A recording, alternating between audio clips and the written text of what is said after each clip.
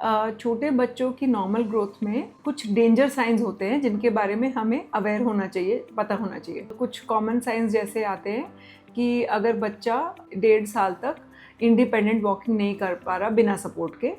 या फिर अगर बच्चा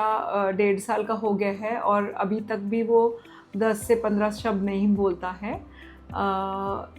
तो स्पीच डिले का साइन हो सकता है। इसके अलावा अगर बच्चा अपने नाम पे रिस्पॉन्ड नहीं कर रहा 1 साल का बच्चा, तो वो भी एक डेंजर साइन या रेड फ्लैग साइन माना गया है।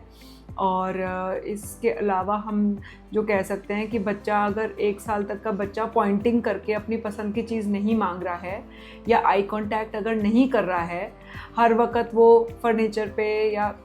चीज़ों पे कूदता ही रहता है, कुछ और नहीं करता है,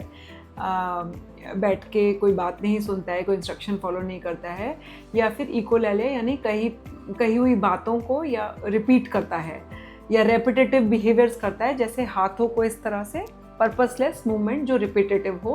ये सारी जो कुछ है, हम इनको छोटे बच्चे के लिए एक रेड फ्लैग साइन मानते हैं, 1 से 1.5 साल के बच्चे के लिए। अब इनका जानना ज़रूरी इसलिए है क्योंकि इनमें से कई कंडीशंस में कोई अंडरलाइंग ऐसी चीज़ होती है जिसमें हम अर्ली इंटरवेंशन यानी वक्त पे पता चलने पे जल्दी से अगर हम उसका इलाज शुरू करें तो रिज़ल्ट में बहुत फ़र्क होता है और रिज़ल्ट में बहुत फ़ायदा होता है। तो अर्ली इंटरवेंशन इज़ हेल्पफुल